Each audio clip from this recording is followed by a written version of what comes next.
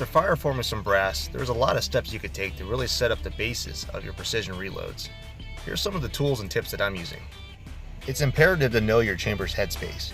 Taking an average reading of all your fireformed brass will give you a general idea what this is. Knowing this exact measurement will allow you to set up your sizing die, that way you don't undersize your brass and have a potential for case head separation and or pressure signs, especially when you're dabbling with the higher pressure charges of your reloading manual. Having two rifles chambered in 308, I noticed that my Mossberg rifle was a little bit closer to Sammy's spec headspace compared to my Thompson Center compass. Even though both rifles measure differently, I found I only had to set up the sizing die just once. Since brass has somewhat of a spring back, I found running it through the sizer die twice, I was able to get it down to 5/10,000ths of an inch for my tighter headspace of the Mossberg ATR. And as I mentioned in my past video, consistency is the key. Having consistent pressure on your reloading press will yield better results. You may have already noticed that cartridges with the traditional 23-degree shoulder often have more case growth, requiring more case trimming, as compared to cartridges like the Acme Approved or the 6.5 Creedmoor. Since my K&M neck turning tool relies on my case neck length so I don't get into the shoulder, I like to use my Forster case trimmer to get that consistent overall length. But you could definitely achieve the same results with a case trimmer such as the Lee or the Little Crow Gunworks, which rely on setting the depth off the shoulder. In fact, those case trimmers are a really good tool to know that you're sizing your brass correctly, if you're neck sizing, bump sizing, or full length sizing your brass. And this is why some find variance on their overall length. It isn't really the trimmer's fault, more than likely operator error. For my neck turning tool, what I'm using to hold the cartridge is the Lee 3-jaw chuck and a spinner stud adapter. I'll put a link in the description below as well as the part numbers on the screen. Setting up the K&M neck turning tool can kind of be cumbersome. It requires expanding the neck to get over the mandrel. K&M does sell an expanding mandrel, but I wanted to cut costs and use what I have.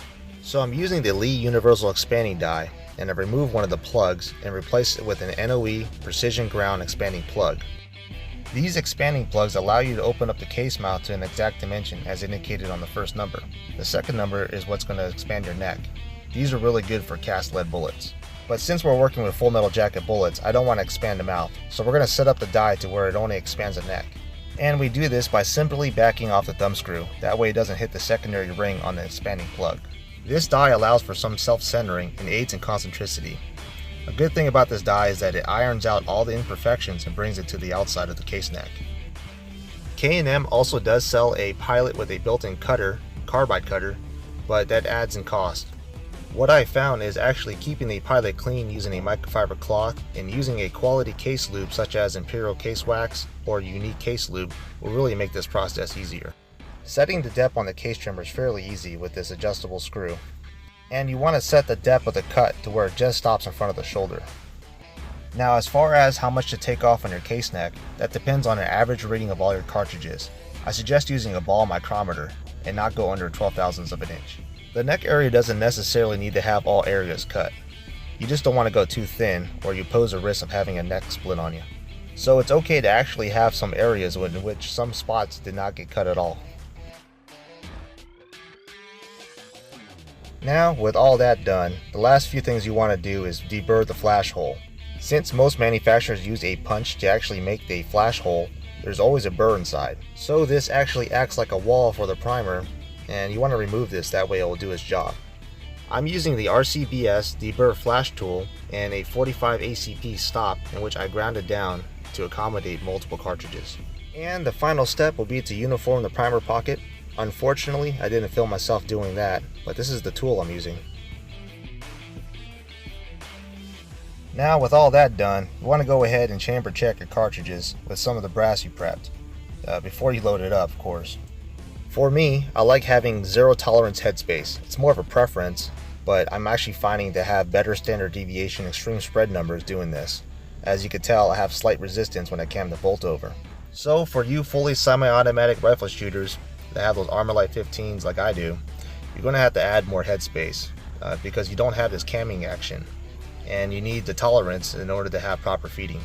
But to show how much of a tolerance I have, here is a Thompson Center compass cartridge that I prepped, and with the 0.003 headspace difference, you can see this acts like a go no-go gauge. Now this may seem like a long, tedious process. Fortunately, you only need to do the neck turning, flash hole deburr and primer pocket uniforming just once, but the overall outcome of your product really will show. Well folks, that's what I got for now. I really hope that this helped many on your journey for precision, but I wouldn't call myself a professional. There's always better techniques as well as products out there, so I'm always willing to learn. If you have a comment, suggestion, feedback, please comment below, let me know. It's always better to share knowledge rather than hoard it. That way we can show the younger generation just how fun this art really is, and keep them off those electronics. So folks, thanks for watching, thanks for sticking around, and I'll catch you guys on the next video.